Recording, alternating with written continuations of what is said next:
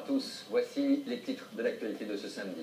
Une communication de crise pour deux hommes aujourd'hui. Ils se sont installés symboliquement en haut de deux grues situées à Nantes. Deux affaires personnelles, mais aussi un message en direction de la justice. Les pères ont-ils les mêmes droits que les mères sur leurs enfants? Commençons donc ce journal par ce coup d'éclat, ce cri de colère de deux pères qui ont chacun choisi de monter en haut d'une grue à Nantes afin d'attirer les regards des médias. Leur message est assez clair. Les papas doivent plus souvent être entendus en cas de divorce ou de séparation.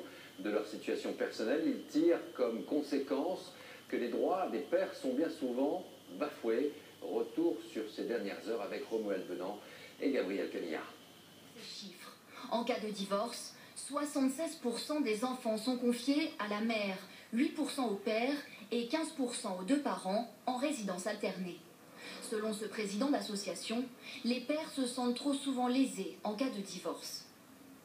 On sait aujourd'hui que le rôle du père est très important pour l'évolution de l'enfant, y compris très jeune, et on continue de considérer la paternité comme quelque chose de secondaire qui peut disparaître ou qui reste uniquement symbolique.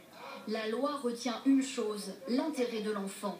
Et quand le père demande la résidence alternée, il obtient rarement satisfaction, car selon cette avocate, les décisions dépendent avant tout de la situation du couple. Quand les parents ne sont pas d'accord, donc quand il y a un conflit parental et que le juge doit trancher, à ce moment-là, il va s'interroger sur quelle est la meilleure organisation possible.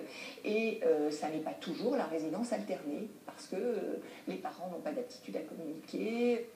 Même si elle semble plus égalitaire, la résidence alternée n'est donc pas toujours la meilleure solution pour les enfants selon certains magistrats et psychologues. En France, près de 350 couples divorcent chaque jour.